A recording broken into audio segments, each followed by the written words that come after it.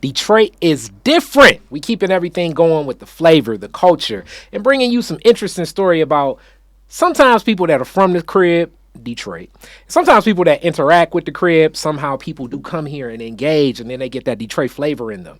And this is somebody that definitely has engaged, interacted, not just with Detroit, but really kind of across the world. But right now, she's got roots here at the crib. Rebecca. What's up? And we're talking about so much we met through New Detroit. We did. You have your own consultancy, and it's already a dynamic name. It's Equity Doula, Equitable Doulas. It's like that already is very interesting. But most of these stories always start with Detroit is different on your Detroit story. What brought you to our great city? A few things brought me to this incredible city that we are now sitting in, and I'm so excited to be here. But thank you. And thank you for having me, by the way. It's incredible to be in this space and in your family home. I really love it. But, you know, what brought me to Detroit in the first place during the pandemic, I was looking for something a little bit different. And my work turned remote, but I work in nonprofit space. And during the very beginning of the pandemic, there was really no work for me. So it gave me an opportunity to really reassess what I was doing. And in 2018, I had made a pivot with my own organization to really focus on race and bring that into the work that I was doing in nuclear abolition and like put a stake in the ground. And I was like, this is what I'm doing. This is what I'm focusing on. And shockingly, I lost all of my funding. So when in 2020, when it was even harder to get funding, and I was really starting to think about where does this work alive? Where are there people who are interested in talking about race equity? Like, where are those folks? They've got to be somewhere. I know that they're somewhere. Unfortunately, they just didn't happen to be, at least within my circles in New York and New Jersey. So my partner and I had been coming out to Michigan for another reason. His mother lives out here, and she had an accident, and we've been traveling back and forth and spending more and more time in Michigan. And I will say, I'm embarrassed to say, before coming here, I swore that I would never leave the coast. I was like, I will never, ever, you won't catch me dead in the middle of the country. Like, I can't imagine... Not being by an ocean. Not being by the ocean. And my perception of the middle of the country is that it was very different than me. Oh, there's a lot of people with red hats. I feel you. Yes. Yes. And I was like... And it is a lot of people with red hats in the good midden state. I actually live... I think I live with all of them currently up in northern Michigan. But it's a lot of Trump fags still all throughout Ohio and Michigan. Big banners, you know what I'm saying? I am literally flanked on all sides the house where I live. Oh, yeah. Yes. It was probably like some January 6th memorials out there around where you stay. Hey, I know my state. I know my state. I was a truck driver at one point in time. Michigan is interesting. It is Detroit is different. Michigan is very interesting. Yes. So driving around just the state in general, though, yes, there are those pockets of red, but there are oceans of blue. And just the character of the people here, the conversations I was having, I was just like, maybe this is where it's at. And we started looking. I started looking for positions. I had also made the really big decision to step aside from my own nonprofit and look for work elsewhere to see if I was able to plug into an institution or an organization that was doing really good work that could further this cause. Because at the end of the day, it's about the cause. It's not about like the notoriety of your own thing or like it's about where you can do the work. And so, and people think I'm a little bit crazy. So I was like, let's move to Michigan. There like, you go. I'm ready to do this. So with that, during the pandemic and a lot of things just were up in the air with the world at that time, it is, it doesn't seem like 2020 was long ago, but just due to things, we've never seen anything like that in our lifetimes. It's unprecedented. The only thing close to it was the Spanish flu, and even then, information traveled differently. A lot of things were different. What? How did your family respond to coming here? What were their perceptions, and what were the things that actually set in the comfort during a time when, you know, everything was almost uncomfortable? You know? Yes. Well, my family is used to this at this point with me. So I lived abroad in Asia for almost 6 years. I travel for where my passion leads me, and I allow what I find my calling to be to lead me to where I need to go. And that's been kind of a cornerstone of my life and my career. So my family at this point, they're very used to me coming in with some big announcement of moving halfway across the country or halfway across the world, because there's a calling and I can't let it go. All right, so let's unpack that a little bit more. Just tracking families and histories. Whereabouts in the tri-state are you based out of? Where are your people? Where did you grow up? I grew up in a place called Montclair, which is about 5 miles from the city of Newark. I have family in Newark, in Ivy Hill area of Newark, if anybody knows Brick City. And then the family kind of migrated up through East Orange, Elizabeth, West Orange, and my mother actually moved my sister and I. She separated from my father when I was very young, and she moved us right to the border of Montclair so that we could go to those schools. And yeah, I think that honestly had such a huge impact on me, even as a young child. Once we started going to family barbecues and I'm like 6, 7, 8 years old, and I'm noticing that the work that I'm doing as like a child, my cousins are doing the same work, but they're in middle school. Some of them are in high school. And I was like, how do we have the same textbook? Like, you're 4 years older than me. That's crazy. And that was the first time my mother sat me down and she's like, this is what racism is, Rebecca. Like, this is what inequality is. This is why I moved us out of like our family home and moved us here, because you're going to get a different education and that's going to open up doors for you.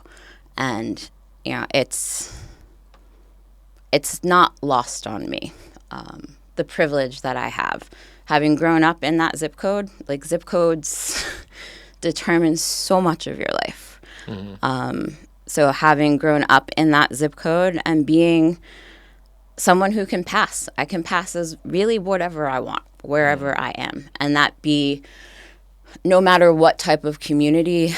I think the ambiguousness of the way I appear, people like to kind of take me on. So if I'm around a lot of Italian people, they think I'm 100% Italian.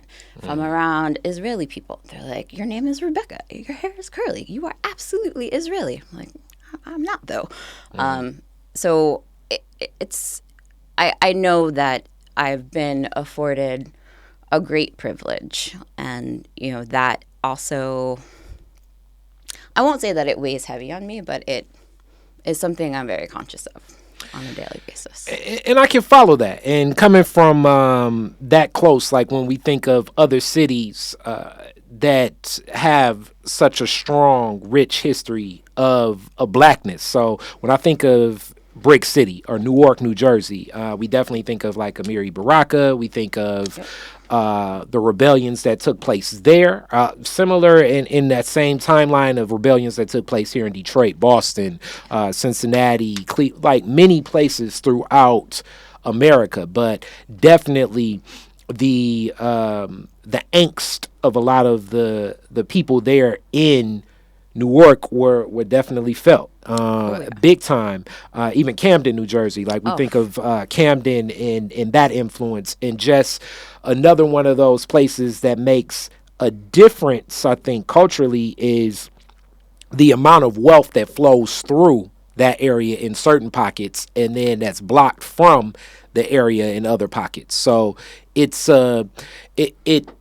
it's many dual realities in and around that space. So in you speaking about the education and you saying that one opportunity versus the other, I would question, like many times I say, like sometimes that cultural understanding, if I'm going to be in a neighborhood like this, neighborhoods like mine, if you're going to be here, some things at school you learn not in the classroom but at school socially are things that are lessons, or I guess as we would maybe the colloquialism, street smarts. There we go, street smarts that actually add to things that are need to be known. Though you're not learning multiplication tables, you're learning,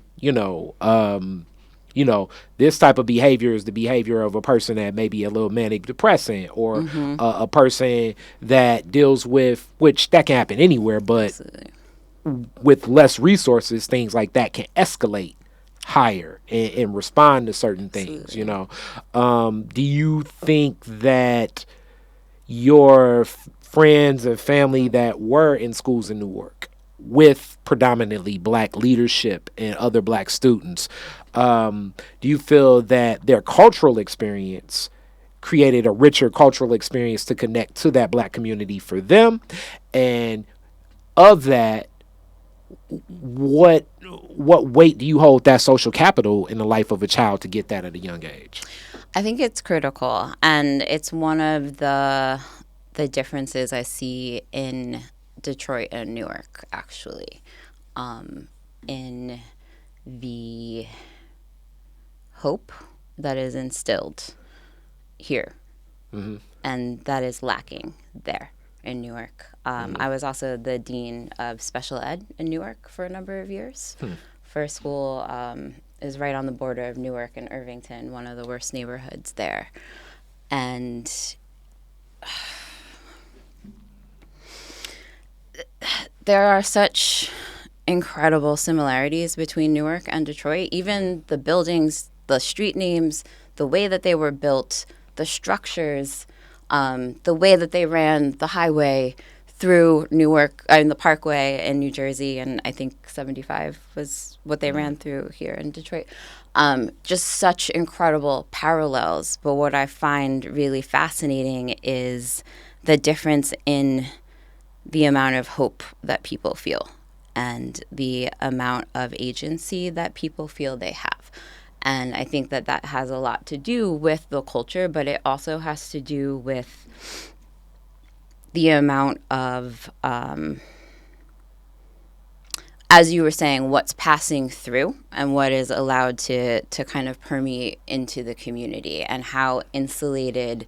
In Newark, the Port of Newark, one of the most lucrative and, even where I grew up, is one of the wealthiest suburbs in our country. Entertainment. I mean, Manhattan is right. There's just so much that makes it feel almost impossible to exist within, being a person of color. And the darker your skin is, the more difficult it is. It's almost suffocating, the amount of pressure. And yeah, it's just, it feels very difficult to exist there. So with that, you talked a little about race, and I want to put a pin on that. I want to revisit some of that. Yeah. But more so, let's talk about one of the things that really just perked my ears, because I just, have a lot of discussions with a lot of people, and you rarely run into people that's I was organizing against anti-nuclear, I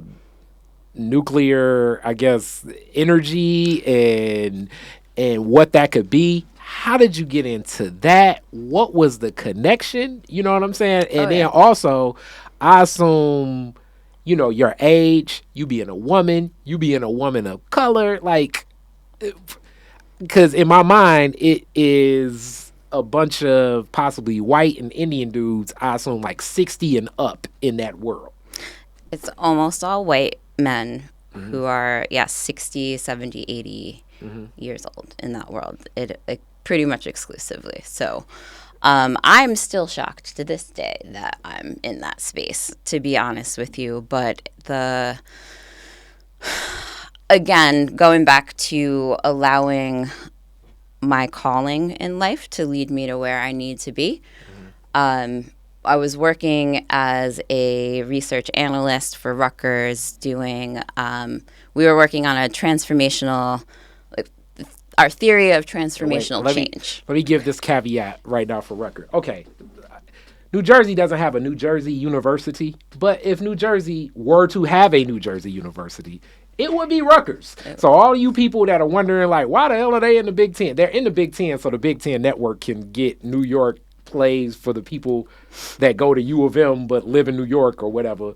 But Rutgers is the college of New Jersey. I just wanted to give that so people can kind of get an understanding, because for people over here, they look at it like, where is Rutgers? What is Rutgers? What's going on? It should be New Jersey University. But it's actually, the full name is Rutgers, the state university. Or I don't, but anyway, I went to, there's 3 different campuses, so it is a huge, kind of very much like the University of Michigan with multiple campuses, and within those campuses, there are multiple schools. So I went to the Women's College Douglas at Rutgers. Okay. I'm sorry, what was your question? And it's more so, how did you get into the world of nuclear abolition? So yes. 2008 comes, the economy completely collapses. We were in year 8 of a 10-year longitudinal study that was funded by the National Board of Education. And we got a letter saying the work you've been doing is incredible. We want you to continue, but this is the last check that you're going to get because the money disappeared. What's a longitudinal study first off? Let's inform these people, because I'm not supposed to sit here and just be like, but thank you for asking. A longitude, so some studies, they happen in a short period of time with a lot of people. Other studies happen with a smaller subset of people over a long period of time. So kind of like in psychology, I had to watch the Gorillas in the Mist movie with that lady. Yes, that was that observational. See, my psychology. There we go. Community college. There we go. All right. Yes. Gotcha. Yes. So we were doing a long-term study on the effects of teaching social skills and bringing services into a community to see if transformation is possible. And we said, yes, absolutely, transformation is possible. So let us prove to you how you do it. So what type of social skills? So we looked at a number of them, but we started with empathy. Empathy being really the basis. My belief and our research is showing when you can cultivate empathy within an individual, all of the other social skills kind of come along. More interesting already right there. So why do you feel, certain people are lacking empathy or not strengthening that attribute in themselves? Because we believe that people are born with these skills, but they're skills. They're taught, they're picked up, they're learned. And if you're in an environment and you're in a space where you're not seeing that, and our society is getting further and further away from community, from being in community with one another, from learning about different people, about different histories, we are whitewashing so much of our history. There's more and more difficulty connecting with people, and that skill of empathy is not being taught and it's not being modeled, so it's not growing. So I'm definitely gonna put on my millennial hat here. Okay. And as you see, I'm walking with you through this. Do you think this device has a lot to do with it? And then furthermore, will this device, because I really do think that with this device, meaning my cell phone and social media, smartphones in general, like I don't know what impacts it's having on society. But do you think that this is one of the things that's changing the way that we connect through empathy? Because socially, It just changes the way we engage and interact. 1,000,000%. And I think so this is a tool. The internet's always been there. We're just tapping into it now. It's like radio waves. They've always been there, but we tapped into them and we basically hijack them and put our own things onto them. The internet is no different. So radio changed our society, television changed our society, the internet is changing our society, but they're all tools. So you can teach people how to use them. I mean, for connection, it is incredible. But what you do with that connection, how you let people know, we got into the practice of being like, since there's a screen here, it means I'm separate, so I could say anything I want. But we know now through research and unfortunate studies, seeing that that's not true. Words matter anywhere you are. It doesn't matter if there's a screen in between us or not. Your words carry power, and they can either uplift or tear down, no matter where you are. And it's coming to those understandings, speaking about it explicitly. I think it's when I was working in the schools, I thought that it was ridiculous that we banned kids from their cell phones. It's like, instead of banning them, because once you tell them you can't have it, then of course they want it. Instead of doing that, finding ways for them to use their phones throughout the school day to engage with lessons, to do more. But we don't trust each other. So even in learning environments, there is no trust. And when there's no trust, there's very little learning that actually takes place.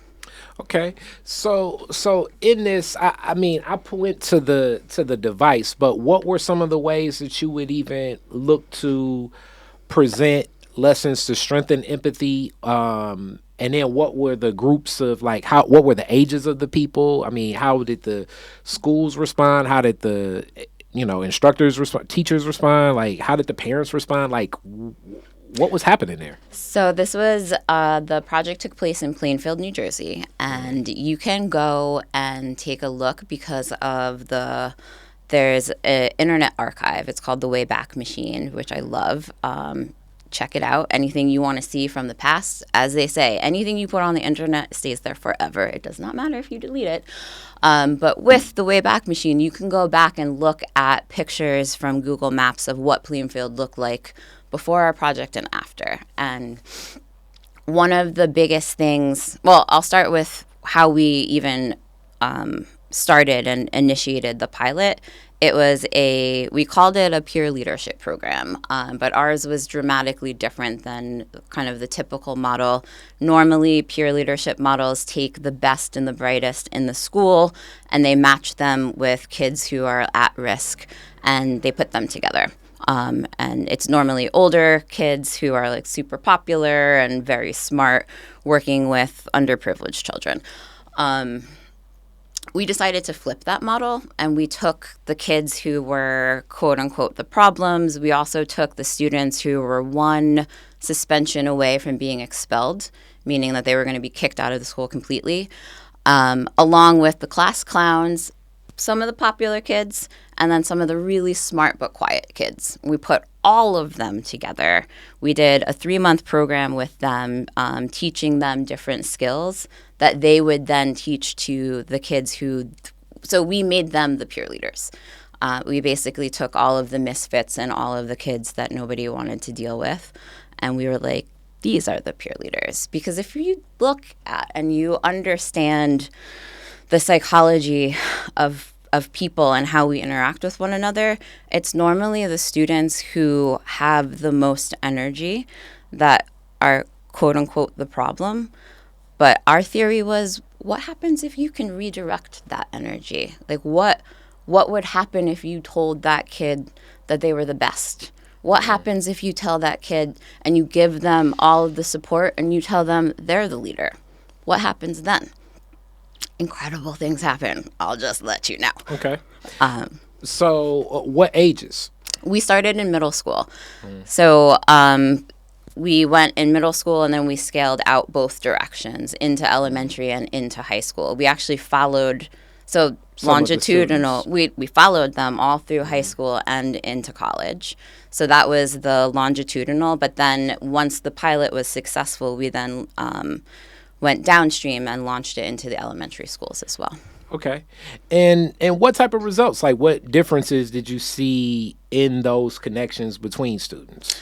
So I want to be clear. It's not just the peer leadership program. That was our intervention into the school. But the other really, really important and critical piece was well, there are actually two other really critical pieces: project-based learning and community service work. I'm familiar with both, but please give a definition of both. Yes. So project-based learning would be students come together to work on a project. Let's say we're learning about, an example would be putting together a small business.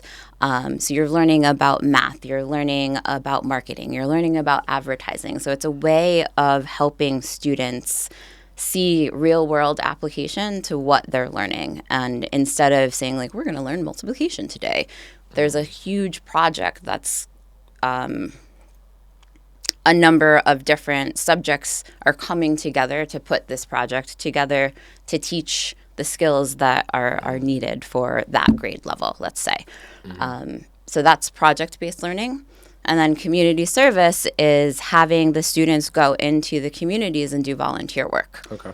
And so those three components, the peer leadership, the project-based learning, and the community service, along with supports. So I'm going to throw out another nerdy term, wraparound services. So embedding, and what we mean by wraparound services, this would be mental health services, this would be daycare services, health services, all based inside of the school so that it's easily accessible. We made the schools the central point for the community. And one of the things that we saw, especially with the volunteer work that was really critical, was when we first started and we approached the community, we're like, so we want to have some of our middle schoolers come into your shops and volunteer. And they were like, absolutely not. Like, I would not let those kids in my shop ever. They steal from us. They would call them animals. It was like just the worst kind of language and description of how shop owners in the community thought of the students that were in their town. I'm like, so working on those relationships, we had to, as the staff, we had to kind of promise and do a lot of hand-holding. When it first started, we had staff from Rutgers on site with the students. It's like, we promise nothing's going to happen to your store. But within the first 2 years, we were able to pull back with the hand-holding because they were getting such incredible results. And you know, looking now, if you look at, it's Maxon Middle School was the name of the middle school. When we started, it looked like a mini prison. The entire campus was surrounded by a fence with barbed wire, and then at the school building itself was another fence with metal detectors. Now, if you go and look, it looks like a beautiful community school. There are no fences, there's grass, there are flowers, there's no metal detector, and the community sees that as like a beacon to come together and actually be a community. So, you know, transformation is possible, but what is so difficult about it, and we have the formulas. It's not that it's hard to do. What's hard to do is to have the political will to make it happen. And that's exactly where it takes a long time. That's exactly where I was going to get into. Like, and this is interesting about this work, and we haven't even gotten to the nuclear abolition work either. But with projects like that, when I hear that, what I think is it takes a hell of a commitment, hence the longitudinal study from administration. And as we see, even, you know, here in Detroit, they're saying, you know, hey, it's a crisis of do we have enough teachers? It was already a challenge getting teachers in the classroom pre-pandemic. Definitely what that did on, you know, the taxing of mental capacity that took on a lot of instructors, especially the flow of teachers. And it's more than just pay, but pay does play a lot of options because our society is based on money, and with money you can make other decisions. With those other decisions, other things can heighten your quality of life, where you can more comfortably look at, grading 60 papers, and say like, well, man, I need some new tires and I don't know if I'm gonna get in. If you got that tire money, you're not stressing the same. And also teachers end up having to buy their own school supplies. Like, not only are they not getting paid what they deserve and what they need, and I challenge anyone who thinks that teachers have it easy, just go spend 1 hour inside of a school building and tell me that you're not exhausted. Just being in that building with so much energy. Yeah. So, but getting that buy-in even from top to bottom with administration, because just the capacity of the focus of what our nation sees that investment as. As I've usually challenged most people, from the whole premise of the origination of schools itself was never the packaging of the public good that it's sold as. Right. It's so many things to everything you're saying that I brought up over time in all these 300 episodes plus. Detroit is different. But one of the key ones that I say, like, public school in America was a design because the transition from the agricultural worker to the industrial worker. But really, let's take this a step further. A lot of white Americans did not have skill sets at all. They really, and when I say a lot, meaning like, okay, if, in like 1860, you take a group of 10 white men. Of those 10 white men, so much of it was probably 4 of them were working in a field associated with the maintenance and upkeep, whether that be slave catching, overseeing, things like that. Everybody wasn't a slave master or enslaved master, let's use that term. But then it was another group of like 3 or 4 people that worked in, hence a lot of other people up north, quote unquote, in the trade industry connected to what the works created of enslavement, whether that be shipping across seas or whether that be making sure things would transport from the south to the north and things like that. Like the finance industry, the New York Stock Exchange, like all of this, management, like almost every, not every, but most of the premise of the historic history of anything in American business deals directly with our healthcare, our law.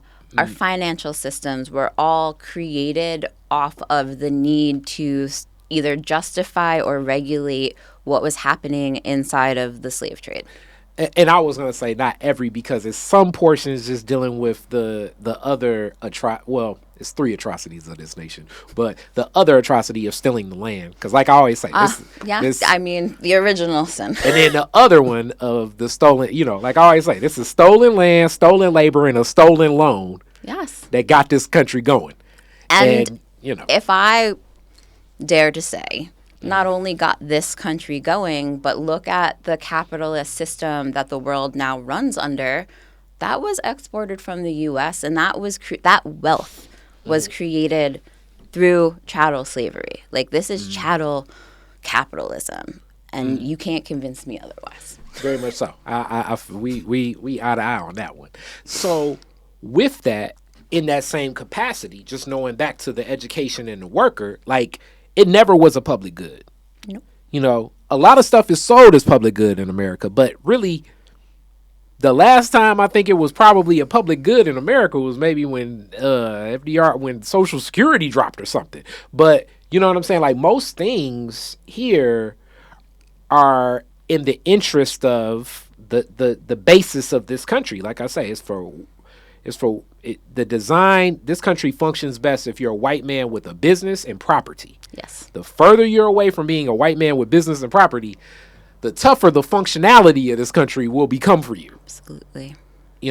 So education, as a lot of those white men just inherited land and inherited business, they didn't necessarily even need to have an education. They didn't understand any of the functionality of the businesses of the plantation, or a lot of the financial businesses were run by what were then labeled as more like European immigrants, like second tier Europeans and things like that. But the white, well, also thinking about where white was created. White wasn't created definitely. until the late 1600s. Exactly, as a social construct, because you needed to justify further, as many of the Germanic tribes began to allow people to be allow enslaved people to accept Jesus Christ as their Lord and Savior. Like, because Christianity, hence the whole relationship between both, because at one point in time, the savagery to justify your enslavement was through the church. Exactly. And then when people said, also stealing this land. Yeah. So, but that goes back to schools. So, like, being at schools never really had the design to provide that public good, right? And then especially when you have schools for black people, or schools for people that aren't, who this country's designed for. How do you ever see a program like that existing in the schools? What type of self-determination will it take? Do we, like, I'm just make that make sense multiple to me, minds of that. So, I mean, there's a reason that I'm no longer working in the school system. Okay. So that specific program and initiative became okay. How do I answer this in multiple levels? You asked a few different questions, but the reason that policy is so critically important when we talk about this is so we were able to show change. We were able to show how you get to change. And when we're working with state administrations or even school boards, those change all the time. So looking at what would be needed, what kind of framework, we went to a national model. What does it look like to have a national mandate? What does it look like to create a new role within education? And what does it look like to have that role be mandated that every single school has to have a person who is now certified in social emotional character development? And that's the route we went. And we were able to get those mandates. And this is a new professional role. You will see, and throughout every school in the country, they're starting to talk about, they call it different things. So character development, social skills, social emotional learning. There's a few different ways that it's being talked about, but it is from that movement of understanding the idea and the necessity of creating safe spaces. And if we don't have safe spaces, then learning's not going to happen. So that was the goal, and that's what's happening.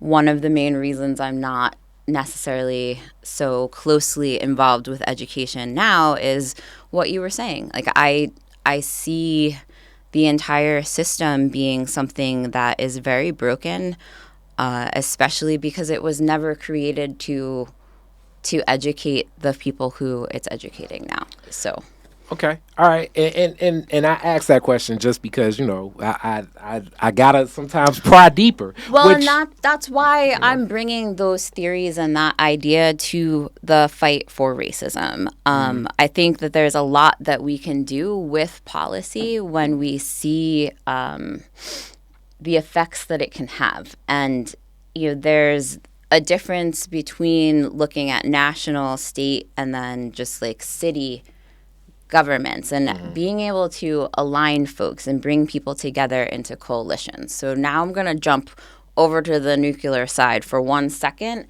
And that's where so the work that I did with Rutgers gave me the basis for my theory of change. Like, I saw transformation and I saw it happen in front of my face. So like, I know it's possible, right? I'm about to regurgitate it to try to speak it in Kari ease. Okay. So almost like that showed you the blueprint for like, okay, this is how some policy can work. This is how a study can work. You were on top of it. You obviously were passionate and intimately involved in this because you've seen this manifest in a community that you're connected to too. So it's like, oh, I can You're like, okay. I can make a 3-pointer. Here we go. Here we so go. Now, okay, I got you. So I'm like, all right, I'm super like excited about this. So when 2008 comes and we lose all of our funding and I'm left so I don't have advanced degrees. Instead of going and getting my master's,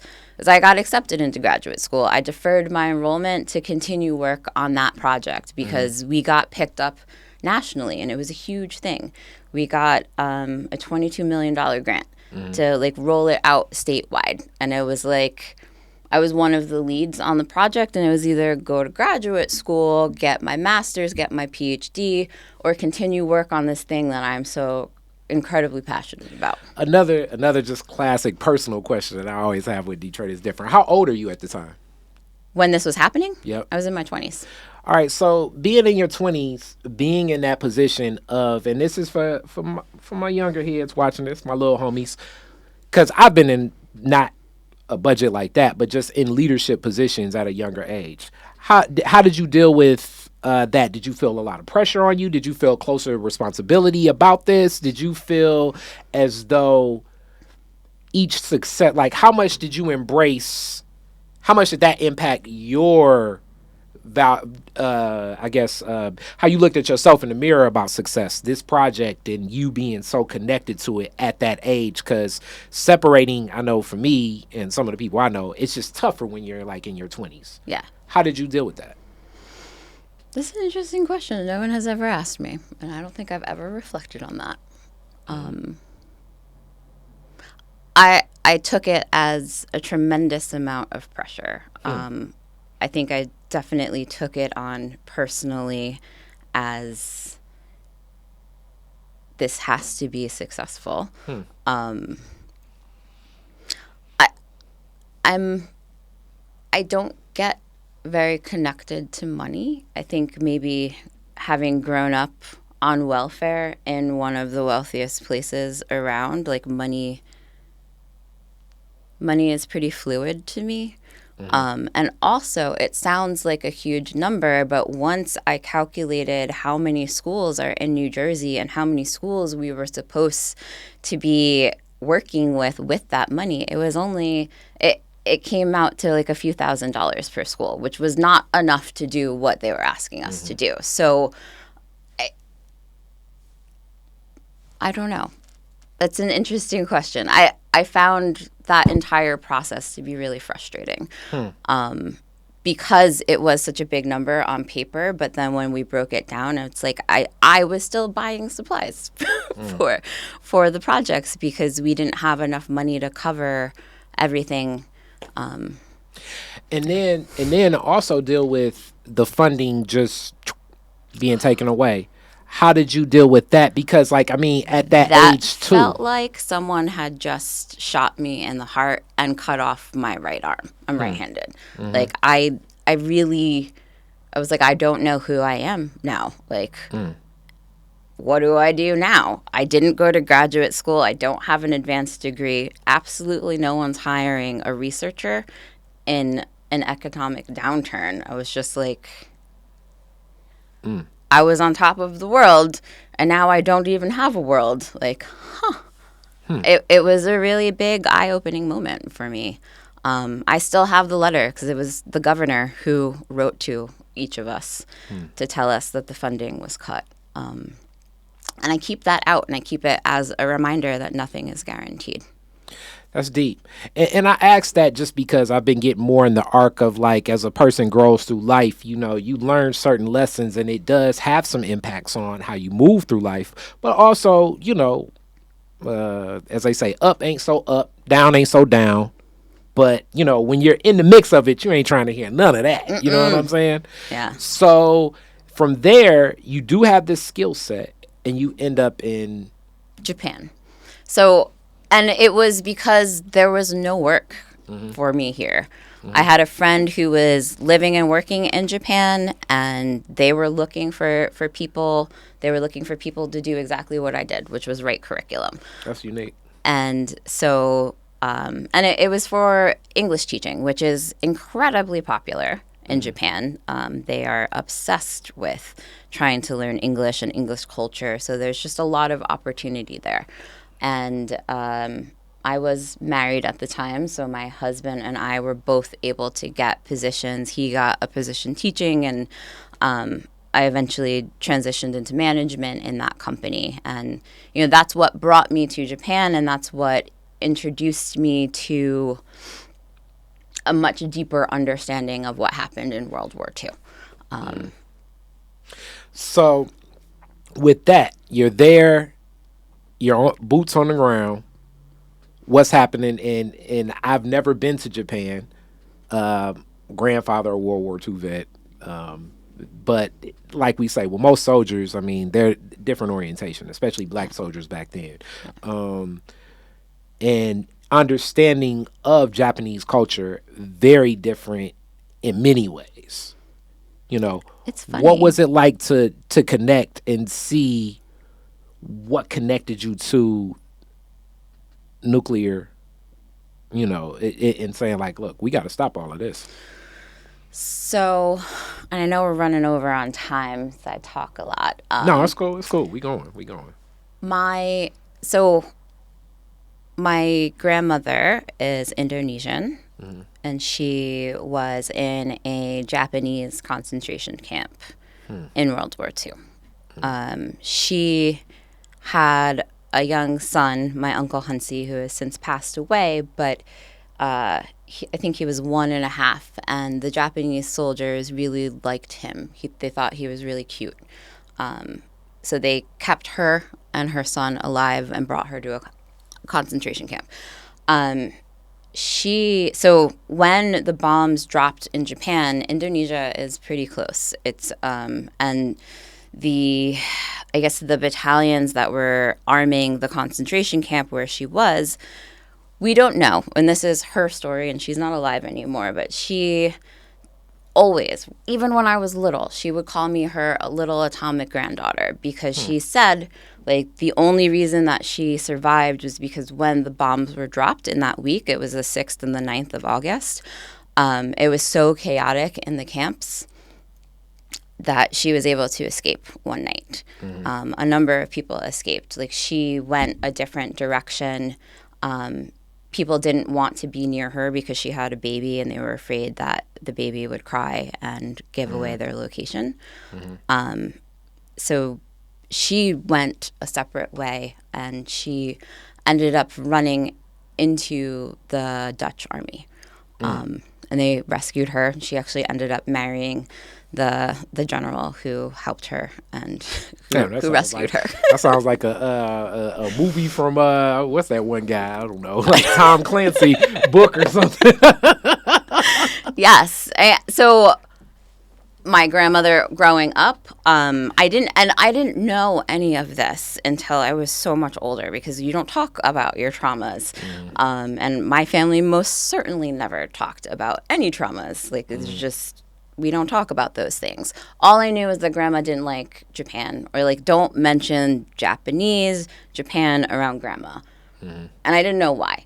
I grew up loving, I'm a kid from the 80s and the 90s. Like, Japan was so popular when I was growing up.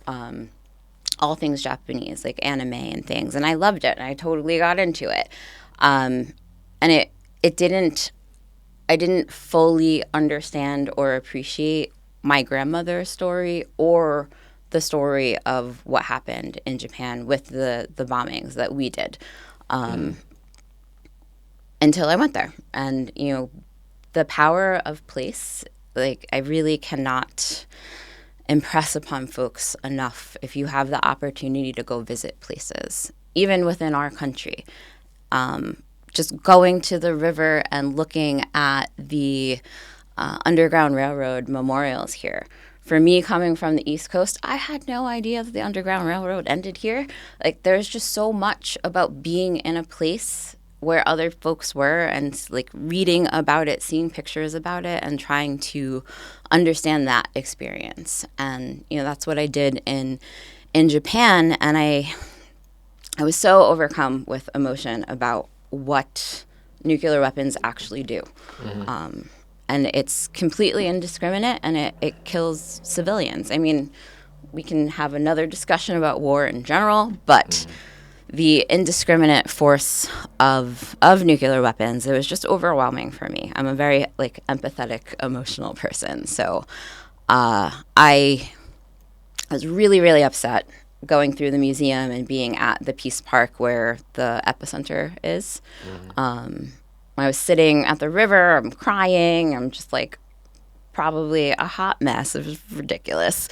And a survivor finds me, because there are a bunch of survivors that are in the park that do tours, and they talk to people. And he was in the middle of a tour. He stopped his tour. He came over and sat with me and spent the afternoon with me. Interesting. Yeah. And it was just so touching. His story, his family's story. He spoke English perfectly. And at that point, I'm just reeling from all of these emotions, from my family's history, the history I'm learning about Japan, and then the realization of what a nuclear weapon is, how it was created, and the fact that it truly was an experiment that the U.S. did. So it's interesting you bring that up, and I'm pretty sure you're very familiar with the new what's his name? Christopher Nolan movie. The Oppenheimer movie will be it's going to be a huge motion picture. I want to say it's going to be one of the bigger summer releases. So in high school, I started at King, and I had German. So Okay. With that. I don't know if a lot of people recognize the relationship that Germany had with America at the time. So as much as America was not a part of what I guess now is labeled as Hitler's axis of evil, history is written by the winners.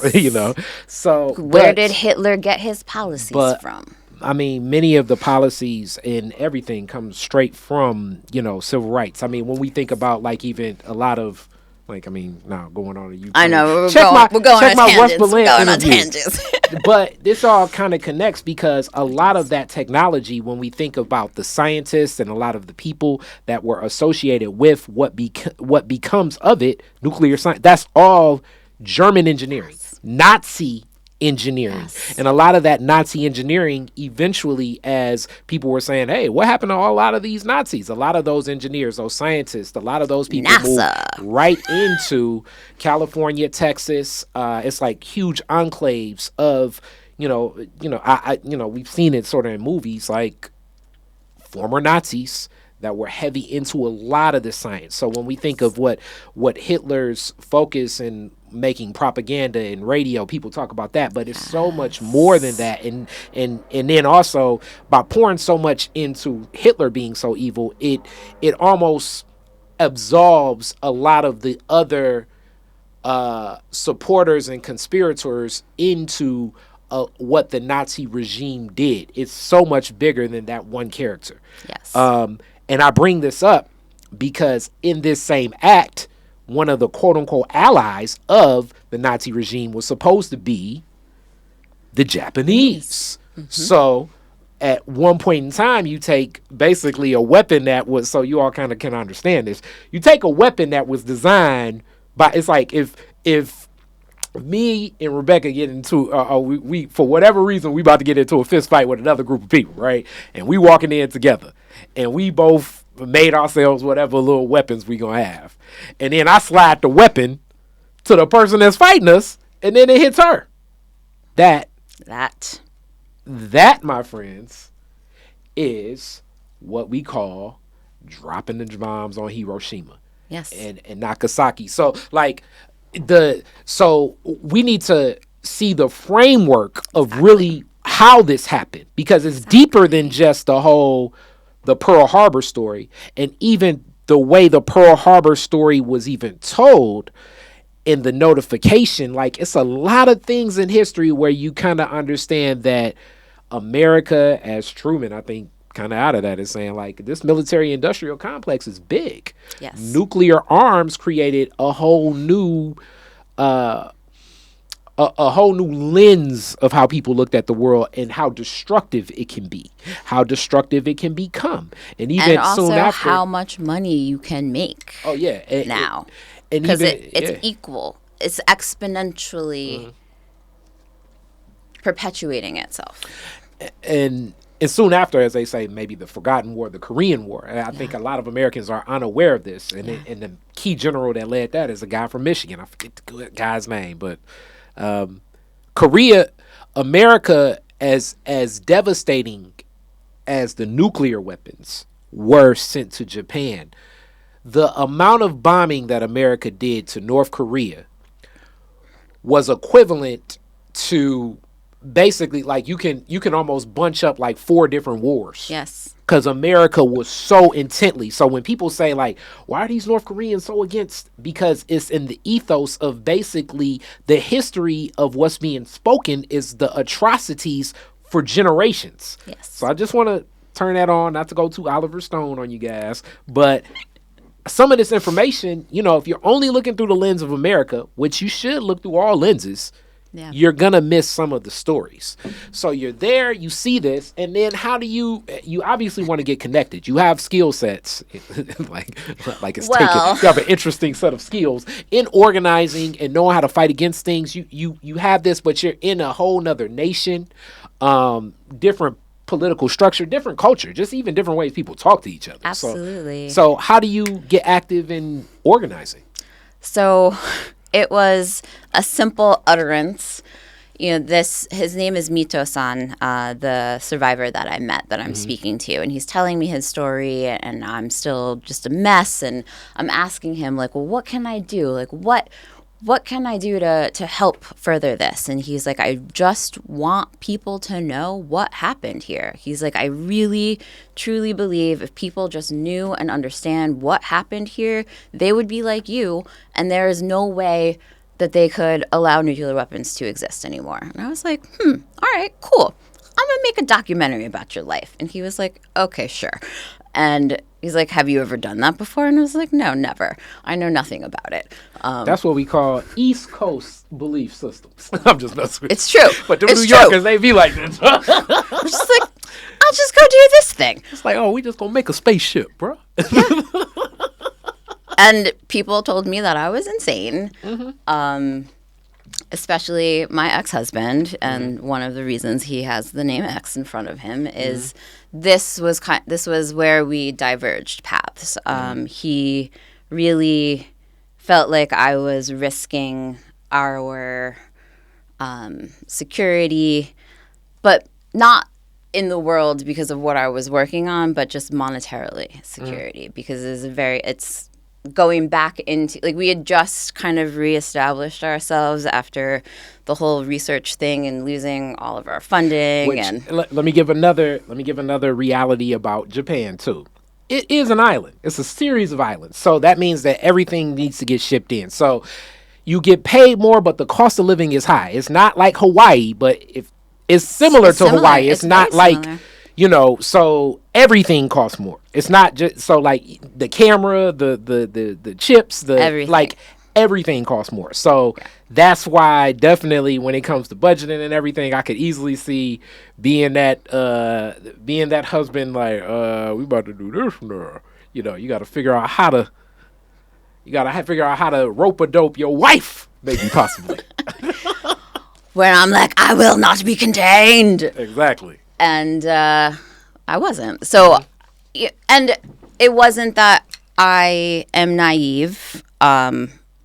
People say that I'm, what is the word? I can't think of it right now. Anyway, we'll get back to that. But I also like that you also gave a snapshot, too, of, as we talk about empathy and understanding, because relationships are relationships. Intimate relationships, like, it's shared even in friendships. But as she just said, like, her orientation to money was different. So maybe your husband's orientation to money is different. So, like, it is. As you grow, or ex-husband, I should say. So, like, as you grow, you learn and you clarify. It's like, okay, I'm going to communicate that next time that I have a business partner that is like, hey, yo, this is how I look at it. If I got 10 G's in the bank and it's a play worth making 10 G's, I'm spending it. And then you may have a business partner like, look, if I get 10 in the bank, we can only spend 2, you know, because I need that 8,000 cushion. That was him. And if that was you're 100% him. And I'm the first person and he's the second. So if you don't kind of have the flow and the comfort, because this is all back to comfortability. It is. You know? And I will say, at that point in time, I was the person bringing in all of the money. I got you. So I was like, bro, at the end of the day, you want to have a say in what's happening here? Start bringing in some more money then. Like, I supported you to go through school. Yeah. I'm supporting your dreams of being whatever. Yeah. Right? So it's I was like, this is my passion project. Yeah. Yep. And all of this does need to be shared. And I always tell you guys this when starting a business. Family does business. So you need to buy in. And to me, a documentary project is a business venture, and it's an artistic business venture. So that means that it may take searching for Sugar Man time before you're recouping what you need. Kickstarter. So that was my compromise. I was like, I won't use our money. I'm gonna do a Kickstarter. If other people don't believe in it, we won't get funding, and it won't happen. See, that's reasonable, right? I thought so. Yeah. He didn't think it would be successful, so he's like, all right, fine, whatever, go do your Kickstarter. Yep. And I was like, I risked all my money. There we go. And he was like, oh. So you got it? Okay. I got it. I was very tenacious in reaching out to different governmental officials to get them into the documentary. I wanted to film inside of the museum, inside of the actual dome. Like I when I'm going to tell a story, I think it's really important for people to get the context. I mean, we've seen the picture of the mushroom cloud. We've seen the horrific images of people scarred and burned. Like, I wanted a more intimate story. So working with the museum is actually how all of this came together. Working with them, working with the city of Hiroshima, once our documentary was completed, we premiered it at a number of their really big conferences. They have, it's called Mayors for Peace. They have a conference every 4 years. But people from all over the world come and talk about nuclear abolition. And, you know, at this point, people are coming together and they're talking about this all the time, but it's always talked about as this thing, like, we wish it could happen and we're like working really hard, but we don't actually believe anything's gonna really happen. And I was really annoyed. And it's a lot of older white men. And I was like, where are people like me? Like, what's happening here? And I was like, there has to be another way. There has to be people who are thinking like me. And I was really fortunate to get connected with this group. It was called The Big Project, and eventually that turned into the international campaign to abolish nuclear weapons. But it was a bunch of young women in their 20s and 30s who were like, we're really tired of these old men telling us that we're crazy, that like we're wasting our lives, that nothing is going to happen. And I was like, literally the idea was, what would happen if we just go and talk to people and ask them if they want to get rid of nuclear weapons? Like, what would happen if we could mobilize enough people around the world to ask that question and everyone says they want to get rid of them? Like, couldn't we just do it? That's deep. So what type of support were you getting as things drummed up? It was a lot of grassroots community building. And fortunately, so Hiroshima is the city of peace, which I didn't know before going there. So there's lots of groups, lots of organizations. So I was able to, as I said, plug into this network of incredible women around the world. And we came up with a plan and we mobilized. We created kits. We created trainings. We did everything for free. We started getting funding. I do have to say the amount of funding coming from Scandinavia was just incredible. This certainly would not have happened without the funding that we received. But it was that ability to create a mobilization kit. And then just like calling up other nonprofits and other grassroots organizations and being like, hey, this is our idea. Like, it's really easy because you already do this work. You're already talking to folks. Can you just ask them this question and send it back to us and let us know what people say? And that's how, I mean, and again, long time. This took a really long time. We started in 2010, and it wasn't until 2017 Well, it was like 2016 that the treaty started to come together at the UN. It wasn't until 2017 that it got passed, and that's when we won the Nobel Peace Prize for that. Wow, that's deep. And congratulations. Thank you. So now, as I pivot in this and we get to a close, that brings me to when we met. We met at the Just League conference. Shout out Marshall and everybody over there, Mike. Good people, Jordy. New Detroit last year did the Just League conference, focusing on diversity, equity, and inclusion. Michael Rafferty said, okay, this was a vision. I wanted to do something interesting, dynamic. So I was there. Marshall was like, hey, you can do some interviews. I was like, yeah, that's neat. I can make some content. That's what we do with Detroit is different. That's right. So, and your content was incredible. Thank you. Incredible. It was only because, the people I'm asking questions, the jaw japping, talking. So there, I walk in. The conference kind of opens up, and then is like somebody on a panel that looks like they're like 20 with one long braid between Mr. Robinson and Saeed having this discussion. That's you. And then leading into it, I'm like, okay, that's interesting. I'm like, okay, this is an interesting discussion, because I always, as much as I like being present there, you always wonder where this topic is going. And Detroit is a very, the Midwest itself. Like, some of that stuff is true. The segregation here is thick. You can almost feel it sometimes. Hence, I went to one of the most conservative schools you can think of for college, Walsh College. Very conservative. Okay. And it would be so weird, because now most of the business books have like, how to be ethical as a business. That's like usually like chapter 1. And by chapter 4, they talk about diversity. And I always question the whole concept of diversity, equity, and inclusion. Mm-hmm. For some businesses, it makes sense, because you want to make intentional impacts on those communities. But now I'm about to play a little back and forth with you. Okay. Because some other communities like mine have been so much negative attention, energy has been put in the labeling and the conditioning that success in my community looks like leaving my community. Yeah. Hence, diversity, equity, and inclusion, even in the consciousness of a lot of people here, are internalized, seeing, another black person like, oh, they gonna be lying to me. They gonna be stealing.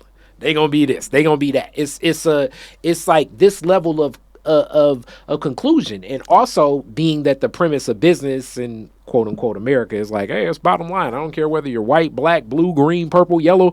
I just want to make some money, which is all a farce in the grand scheme of things, I think, because I don't know. I'm gonna push back on you. Okay, well we gonna talk, but this long question goes directly into the root of George Floyd was like a lightning rod to all of these corporations, and I think a lot of them were shaking in their boots. They were scared as shit, thinking, what's gonna happen? We're exposed. We realize we talk about all of this, but I don't even know a black person. I think everybody got a phone call from somebody white, like, hey, what can I do? And it's like, I don't know. You know what I'm saying? Like, what do you want to do?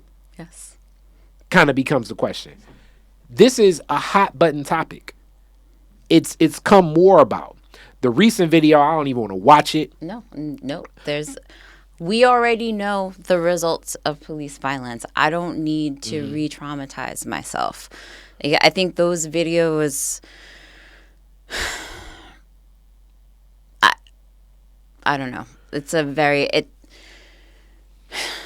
They catalyze people into action, but the fact that we need something so horrific to catalyze people into action is disgusting. Yeah, because it kind of becomes, this is more, I don't know, Black Death Matters. Because that's what galvanizes the attention. It's death porn. Like, it's out. There's, and also the way in which we even talk about the victims of police violence, that they're still put on the stand and prosecuted their entire life, when it has nothing, like their life and what their life was has nothing to do with the violence that was enacted upon them. And, that's one thing that really upsets me whenever any of these things happen. It's not, there is no sanctity for the dead if you're Black. Like, it doesn't matter. But that's a whole other topic. So, but with this conference takes place. It was some interesting discussions. I've had some discussions after and everything. What does this look like, especially for somebody like you? Because, like I said, I'm gonna put a pin in the race thing, because you definitely could. You have the ability, like, as I'm surprised, you could be in Hollywood right now. You could play all types of things if they'd be like, all of these roles. You know what I'm saying? You could play Keisha, Consuela, you know what I'm saying? Just go down the list. Rebecca, you know what I mean? So with this being about being involved in work like this, focusing on race, what do you see your role in this being? And then what do you see corporate attention to this? Like, do you look at it kind of like how I look at it, like, are these people serious or are they not serious? And then furthermore, even if they want to get serious, what would it even look like for some of these organizations that were strategically built and never designed to have people other than old white men in positions of influence? Absolutely. And that is the key, and that's the point. So the reason that it was really important to me to kick off our conference with a history lesson about structural racism was that point right there. And to go back quickly to one of your other points, I hate DEI, like diversity, equity, inclusion. I think it's like blowing smoke up people's asses, which is why we say race equity, like very explicit. We are working on race equity, because diversity, equity, and inclusion has become a multi-billion-dollar business, and we're still not seeing changes. So to me, it's saying this is really just a distraction from what actually needs to get done. So when I look at and I think about what is the next step, it is this idea of getting people excited about and understanding that transformation is possible. So going back to my original work, that feeling and that understanding of seeing spaces transform. I wasn't able to talk about it at that time because nobody was talking about race in the early 2000s, but it had a heck of a lot to do with healing race relations between Black and white people in that region and in that city, in that neighborhood. So I know that it's possible. I've seen it be done. And then with the campaign, something that people told me was absolutely categorically impossible. There's absolutely no way we're going to abolish nuclear weapons, that we're going to make them illegal. And the reason that that treaty is so important is because there's money now being divested and it's being reinvested in other places. It's going to, again, it takes time for us to see the actual results. So when we create projects, when we create initiatives, it's really important for us to know kind of the human psychology. We have to build in a lot of small wins to keep people motivated. And that was one of the things we learned in the campaign. So kind of bringing together the framework of what it takes to mobilize people around the world, along with the framework of transformation and bringing those together, we have the Race Equity Blueprint, which we are launching on Friday. So that's going to be where, and it's a lab. We're going to be experimenting there, but there are some really, really big players that have signed on here in Detroit and that have national presence. We've been talking and working with them over the last 2 years. They self-organized, and it was because of what you said. It was when the lightning rod of George Floyd, these organizations all came together and they were like, oh my God, like, we have to do something. And I have a lot of hope because I've seen that happen in a multitude of cities. But what is not happening is action from that. So this initiative that we're starting is taking all of these folks who have been talking And I will say, on their behalf, many of them have gone through the very painful process of restructuring their boards and their top leadership to be more diverse. So I said that I hate DEI. There is something to be said about creating more space for Black and brown people within business. But what I think is the missing critical piece is what needs to be done before you invite folks over. Like, make sure you have space for them. Like, making sure that the house is ready for your new guest. And we haven't done that part. So that's what this blueprint project is looking at. Everyone wants to focus on external goals, external factors. We want to look at education. We want to look at the disparity rates. I'm like, yes, that is all incredibly important. But until you clean up inside and until you make your business a place that is welcoming to everyone, and that means that you really have to restructure your business. And it's moving from profits to people and from buildings to community. Mm-hmm. And that's the mindset shift. So, and I like that you said all of that, because that's what I usually, it'd be so weird. It's like, you know, I'm a black beyond, you know, I mean, African centered schools, everything. And I'm sitting in business classes debating with like the most conservative white dude that just never give me a loan, has worked as like a leading a president of a bank for years. You know what I'm saying? Yeah. And I'm telling him, because he's like, yeah, you know, diversity just helps you make more money. Because that's usually how it would be pitched in business school. Like, almost like if you get somebody of this, like, I guess, representative of this this group. This market share. Yes. Then get a they will help representative you of this market share to them. Exactly. Yeah. The reality, though, as you said, it's back to even, it's cultural, too. Yes. So a classic example was I was sitting, Lord knows, it's like me putting foot in my mouth. But we're sitting at this group, the Civic Commons group, and it's a lot of big philanthropy groups. So it's like Kresge, it's like the Knight Foundation, a lot of these other big organizations, millions of dollars into this, like cross cities, and that's the other thing. And this nonprofit work, like the higher up you get, it's like trips across the world and all these think tanks and talking. And it's like, all right, when do we do stuff? So we're talking, and we're in Akron, we're downtown Akron, and they're talking about the poverty in Akron. And I'm like, we're at the baseball field. We're so far away from it. Same thing happened with that project when I was at Invest to Trade talking about it. I'm like, you know, to come to this Renaissance Center, I had to pass 3 security guards. As a black man, I'm already, whatever I would tell you, it's not at level and comfort. Hence my neighborhood. You know what I'm saying? You hit my corner, it's boarded up houses. Is, you know, it's a couple people that are street pharmacists. You know what I'm saying? And it's for sure. It's some houses that definitely need new roofs, new steps, and everything. And most people would look at this and say, oh, man, look at the blight and everything. I don't feel this is the safest I feel. And I often tell people this as a black man. I'm like, every place that America says is safe is a place that is dangerous as hell for me. Absolutely. You know, so I think about suburbs and cul-de-sacs, and oh my God, I think like if I get lost driving to somebody's cul-de-sac, and I just get pulled over by the police, or furthermore, some neighbor just looks out the window. They could even be black and say, what is he doing over here? Mm-hmm. And that could be the end of my life. Nothing scares me more. Whereas, you know, a loose pit bull, urban, as they say, like urban wilderness, I feel more comfortable. I can navigate it. Yeah, it's kind of wild.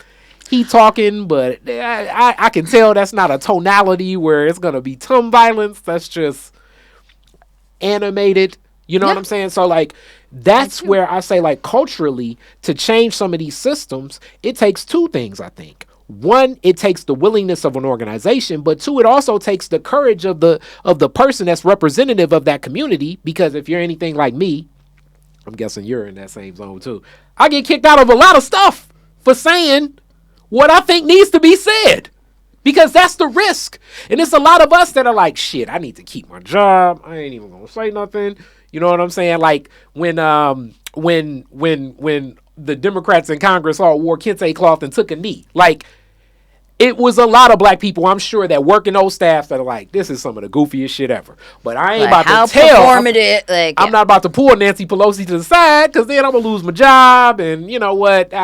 She ain't listen to me for nothing else, because that's the other thing. So how do you get people in the organization to even be at a comfort level to say what needs to be said beyond, you know, when the cameras is off and the focus group thing ain't going like, yo, man, all these people racist as hell. Like, how do you get the people in the organization to be comfortable to speak like that? Well, thank you for asking that. And that, so going back to like putting on my dorky researcher hat again, going back to the framework, and one of the cornerstones of that transformational change project was a really in-depth survey, and it's an assessment tool, but it's not a focus group. So it's an assessment tool that's really looking at and asking your perception within a number of different domains. So within the workspace and within your organization, it's a really in-depth analysis of how you feel throughout your day, throughout just working in that organization. And we take so in order to be a part of this pilot, you have agreed to a few things. And one of them is doing this assessment with your entire staff. So your board, like your secretaries, your janitors, absolutely everyone who is in the organization. And then our analysis is to see what your policies are, especially your diversity policies, but all of your policies, see where you believe you are, and then show you a breakdown of where you actually are in comparison to where you think you are. And that's where we can pinpoint certain areas to start to talk about and have interventions. How do you get people? You have to bring people together to talk. Like, that's it. That's the only way that this gets done. We can't just like tiptoe around and pretend like it's all going to be made better by just sitting people down at the same table. That's not how we get to know one another. And there's a number of different pieces that come into this. I'm kind of like watering it down because I'm seeing how far on time we are. But knowing where we are, knowing our history, knowing exactly where we are, where we want to go. So what have you said? What have you committed to? Like, okay, we're going to hold your feet to the fire. We're going to give you tools. We're going to give you coaches. We're going to give you interventions to help you get to where you say you want to be. But I'm going to hold you accountable. So, you know, right now there's no accountability within this space of DEI. And I think that that's one of the biggest issues and why we don't see progress. I agree. It's like when your mom basically says clean up the room, but it's no consequence. Why would you clean up the room? But then when your mom say clean up the room or you ain't gonna be able to go over your cousin's house tonight, it's like, you know what? It's time to clean up the room. And I'm gonna close out on this longer soliloquy too, but there's fruitful discussion. I like it. I like longer form. This summer, connected with another one of the partners of Detroit is Different, Riverwise, I set in, I guess, like a racial intervention, as crazy as this was. And it was so unique to sit in this space. So what happened was our editor was at a restaurant. I'm not going to name the restaurant because it's up to the editor to share. But pretty popular restaurant in Corktown of Detroit. And she's sitting outside and it's this older white man just complaining like, you know, these blacks and these Mexicans are just messing up everything in the city. And when they get out of leadership, then, you know, everything can progress for the city. I mean, we were going in the right direction. We need to stay in that direction, right? Little does he know, this happens to be an editor of a magazine. You know what I'm saying? And she's definitely not she ain't going to be a sit down and be quiet type of woman. So she goes back and forth with him.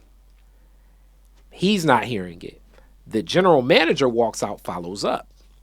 So we sit down and we have this discussion. And it was so interesting just hearing him say, you know, I'm not like this. My friends are worse. You know, the usual. And just his head down and his posture. And, you know, I mean, I'm in Grosse Pointe. And then when I turned and I told him, because this is the thing that I would love to do. So if we can ever partner and do a study, a Kari Fraser, Detroit is Different study, because this is the caveat that's missing in a lot of this. Yeah. especially when it comes to Detroit and Michigan and a lot of these places, Chicago, Milwaukee, a lot of these Midwest places. I straight up told them, I was like, the reason your business is in Detroit is because you're exploiting the subsidies that you know you would never be able to get in Grosse Pointe or Ann Arbor or where white folks are at. It's a lot of these businesses that are using government money, government grants. They're using lending options from banks and government subsidies that are designed for people like me, Rebecca, you. But they're going to these other businesses because they're putting themselves in like opportunity zones, hub zones, and that's just what it's called now. But it was going on for forever. Yeah. So hence, that's why I always push back when people say they hate capitalism, because it doesn't exist. So I told them, I'm like, you're not that good of a business person in the first place. Because if you was good, you would take your restaurant out to where you live and sell that. Exactly. But you come here because you know you're going to get a hell of an advantage. You know, when you come here and your friends look at you and they be like, oh, man, you doing business in Detroit. So you can do 10 years of losing money, but your friends will keep investing in you. Yep. The minute you put your business out there in Grosse Pointe, your friend's wife, that's a Karen, is going to go in there and it was bad service and your shit's getting shut down. You doing business here because you can exploit the idea of the same racism that you exercise. And no one, in my mind, I haven't seen the studies on this, but those studies need to be taken to point too, that these businesses doing business here. And let's talk about a big elephant in the room, especially the great Rocket Mortgage, Quicken Loans, whatever, one of the few mortgage lending companies to survive the quote unquote collapse. The pennies on the dollar that those properties, I'm not even going to say Gilbert per se, but it's many other people. These are pennies on the dollars that he could only get in a city like Detroit because at the time it had black leadership and it was superseded through an illegal bankruptcy. Yep. The people in Cleveland, because I know people in Cleveland, was like, we ain't having that. You can own this basketball team, but all these other ideas of our downtown, you better take that. Nope. You know, the Cleveland Hospital got this on lock, man. You got to go to another city. And you're going to find a city with black people. You're going to exploit it. You're going to flip it. You're basically taking government subsidies to boost and stimulate your business under the premise of these black people are so oppressed. And you keep them oppressed. And that's one of the biggest keys as far as from a business lens that I feel like is never really looked at and explored. Because these people are walking in almost like trying to feel like, oh, I'm holier than thou and I'm doing something good. But no, you're exploiting the fact. I look at a lot of these headquartered businesses in predominantly black cities and know that they're exploiting opportunities that are supposed to be for black people and lending. And they're not held to the same standard because it's looked at like, wow, man, you just doing business down there with them animals. So you don't even necessarily need to make profit a lot. One of the key ones was our former president. Very key in that. A lot of those Trump properties. And then even his son-in-law, when we think of Jared Kushner, same way. Like these people are using impoverished areas in zones and their whiteness to basically hold their business acumen and the delivery of their products or their services or goods to no standard at all. Absolutely. And you can tell because the city is not being rebuilt, only certain sections. And the same thing happened in Newark. There was this huge revitalization project to build the Prudential Center.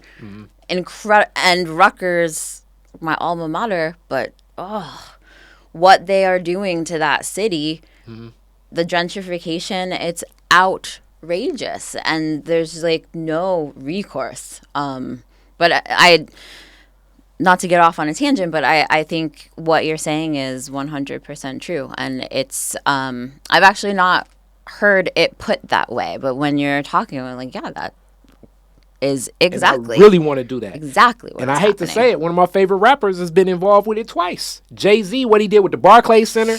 And then everybody that watched that last Super Bowl with Dr. Dre that Jay-Z helped produce. You know the amount of people they kicked out of Inglewood for that to happen?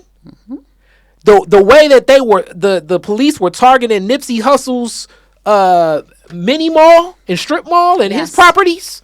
Like this is a new form of tactical structural racism. But these people are walking in acting like almost like I'm doing something for the good, but in reality, that's just the publicity angle of you exploiting what's been going on. in the first place. And why I say and why I wanted to push back that it is always about money and the bottom line. I got you. For that exact reason. Mm-hmm. And when you speak to these folks, like, they're not thinking about Black and brown people in the way that we think about it. Like, they really aren't. And I can say, having a very white family, I have a white family and I have a Black family, and the conversations that I have with them, the life in which they live, what they have to think about on a daily basis is pretty much nothing. Mm-hmm. Like, it just doesn't, it's not something that is thought about at all in the way that, like, this is our day to day. Like, we have to think about this all the time. So when folks are like, it's insidious and these businesses are doing it because they fucking hate Black people, I'm like, actually, they love money, and the system in which was created in this country, which they were born into, privileges them and allows them to not ever think about what they're doing and how they're making that money, where it's coming from, why they have it, why things are the way that they are. And without having to be confronted with and ever having to question what's happening, because then it's like, oh, it's the system. I'm just working the system. I'm just doing this. And, like, that's what gives me so much fucking hope, Kari, honestly. Because when I have, as I said, I am flanked by Trump flags, my entire house. Mm-hmm.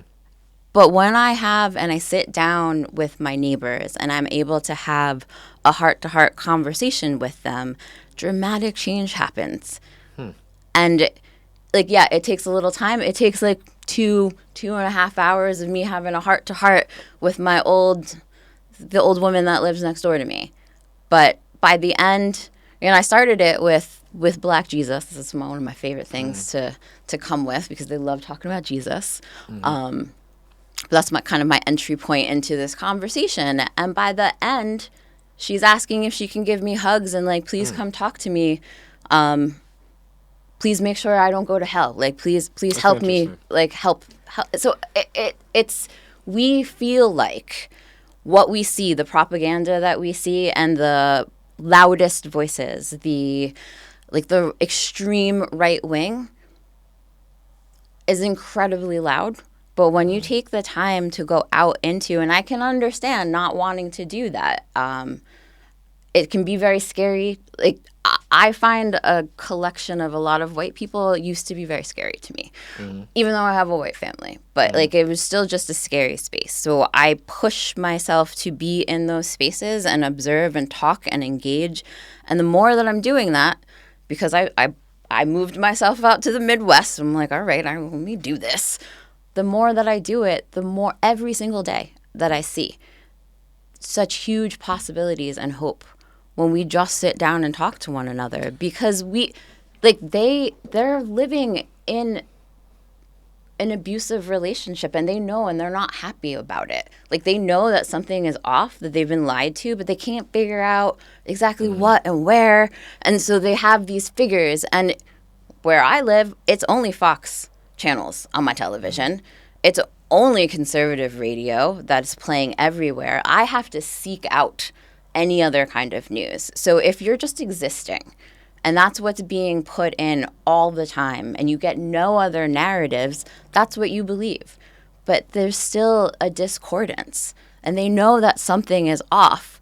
So when I'm able to sit down and have a heart-to-heart with them and be like, this is actually what's happening. You have been lied to this whole time. And, like, you are so obsessed with Jesus. Like, Jesus is about fucking love. Like, what the fuck are you doing? And they're like, oh, my God, what am I doing? I'm like, I don't know.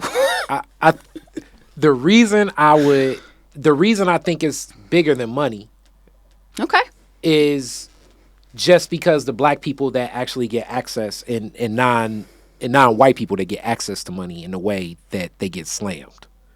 What do you mean? Like, they become a part of the system, or they act different? Like, you were just talking about Jay-Z. Okay, so like, let me give money, some examples. Right? Like, he achieved a level of success that maybe was only reserved for quote-unquote white people, and now he's doing some of the same things. Most definitely. and this is what I mean more so. A black person that's like, it's like golden handcuffs in the tokenism of it. And the minute that you step outside of a certain line, Yeah. you're the penalty. So I'm gonna give here we go, N-word disclaimer, but this is from my granddad, Don Scott, shout out. So like he say, I remember one time I picked up we were in the grocery store, I picked up a Black Enterprise, like, oh man, I'm gonna get that. And he's like, oh man, put that shit down. And I was like, damn, granddad, why? He was like, because any nigga on the cover of that always gonna end up in the IRS trouble. He said that shit to me in like 96. Every time, all the Detroiters that ended up on the cover of Black Enterprise that I could remember ended up in IRS trouble. Really? Even when we look at the opioid crisis that ran through America, which I think was really just stealing opium from Afghanistan through our good old, good old boots on the ground. But with that, connected to that opioid crisis, it was only one CEO that ended up going to jail. And he was a person of color. Of course he was. You know what I'm saying? So, like, when shit hits the fan, it's almost like if this thing were fair throughout, it would be fair throughout from top to bottom. But even the level of money, the influence, what money can get you, even as a person of color here in this nation, you're not even in the same stratosphere. Oh, absolutely. So it's and that's more so where I say, like, it's like, yes, it's certain things you could do. If Jay-Z were to stand up and say, if Jay-Z were to stand up and say something like, what would be like a bold statement for Jay-Z? If Jay-Z were to stand up and say, look, the crime bill that came out that was supported by a lot of our nation was sad, and I recognize that this whole marijuana sentencing was bad, but you need to get everybody out, and I'm not talking about federal. You need to have it go down to state and local because there are no people incarcerated with marijuana federal charges. That type of act, I think Jay-Z will end up with that same letter that Mr. West, his friend, got, and Chase Bank will return all his money within a matter of, 2 days. Wow. Yeah. And that's where, like I say, like, some of these levels of influence, because I think we thrive in social capital, we thrive in creativity. I mean, money is an asset to be used, and it can be used, but still, when you're dealing with their machine. Exactly. That's the point, though. Like, money and our system of capitalism was created through a structure of, I hate the word white supremacy because I feel like it's a complete misnomer. Homogeny. That's what Yusef Shakur, shout out Yusef, is saying nowadays. Yeah. But the system and the way in which our country was created, that is it. Like, we still have not come to terms with, as you were saying, our 3 original sins. And until we can come to terms with and have conversations about the fact that this land was stolen, the wealth of this country is based on stolen labor, and until we have those conversations. And then the loan, like I always bring up, the loan still matters, because even within quote-unquote whiteness, it ain't all whiteness, because for America to quote-unquote go against the redcoats, which is another great story in propaganda and media, it took a lot of money from the Dutch, the Portuguese, a lot of other white nations over there that eventually, when they were carving up Africa and colonizing, led to other fights. The Portuguese, the doctrine of discovery, 1444, that is the origin, and that's the year that race was created as the great separator. Race was created so that the Portuguese could justify to their people all of these folks that they stole from Africa. They needed something, because the Portuguese people were like, what the fuck is this? We're not in a war right now. Where did all of these people come from? Like, we don't, what? And they wouldn't accept it. And the Portuguese were like, we really need to figure out, like, we need this free labor. Like, we got to figure this out. How can we get people to buy our new product? Mm-hmm. These kidnapped people, that's our new product. How can we get people to buy them? That's how race was created. That is the origin. And that creation of race, of black, of the African nation is also what was used as the justification for taking the land from the Native Americans. They called the Native Americans the blacks of this land. Mm-hmm. And that was the theory. And it's the theory, the doctrine of discovery. All of that was created in the 1400s in Portugal and through the Vatican to justify this new idea of being able to kidnap people and make them property. Yeah. And I like that you broke that down. And I know people, like, we can nerd out for forever on this, but it does matter to today. Because if you don't connect both dots, you don't have the context of understanding how overwhelming, as you said, like, you have this disconnect. And, like, from my years of even being a truck driver, because you're right, it's you have the good old boy that's like, you got a good old boy that's like, yeah, this billionaire from Manhattan identifies with me more than anything. His thought process is different than like a Steve Bannon. Yes. that understands the way that separation, race, division, class, caste systems, international diplomacy, like, understands how to manipulate more of this in different ways. So to me, those can kind of become some of the further separating factors. Absolutely. And lean into those insecurities. Absolutely. Take away and strip, as you say, the empathy. And they exercise empathy on their own. So now it's like, I seem like I'm your only friend when I'm leading you down the wrong path. Exactly. See, we just figured it out.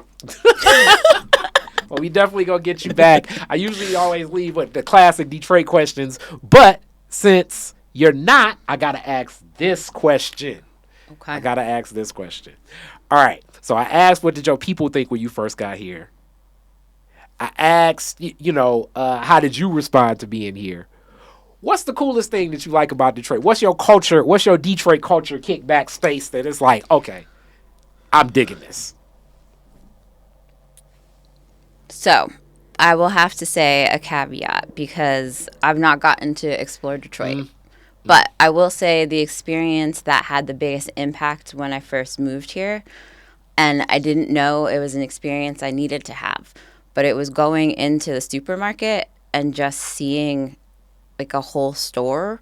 All of the products are for people like me. Like I've in New Jersey, it's like a section of a small aisle are the only products that I can get for myself, and like scouring the internet to like find things, to find the right color makeup, to find the right hair products. Like, it's just always been a struggle, and I never realized because it's just been my life. And when coming here and walking into the supermarket, I like almost cried because I was just like, I've discovered so many things. I finally have figured out my curls, I think, because I finally have access to products that are made for me. So just that experience, and that also invigorates me to make sure that other people can have that experience. I didn't know how important that was for me and how big of an effect that would have on me. That's deep. Yeah. That's deep. There's definitely a lot of that here, as we know. Shout out Hump the Grinder and Hair Wars. I'm going to be there this year. And we doing the My Natural Hair Show again. Through Detroit is different this year. So that'll be the fall. Excellent. Thank you so much. We definitely going to get you back. I don't know how you want people to catch up with you and keep up with all of this information. You got that big announcement coming. It'll be up and rolling and everything. How do people get in contact with you? So if you want to get in contact with me personally, you can check out equitydoula.com, Rebecca at Equity Doula. If you're interested in what New Detroit is doing, some of our initiatives, some of our business work, we're newdetroit.org or Irby at newdetroit.org. That works. Thank you so much. Thank you.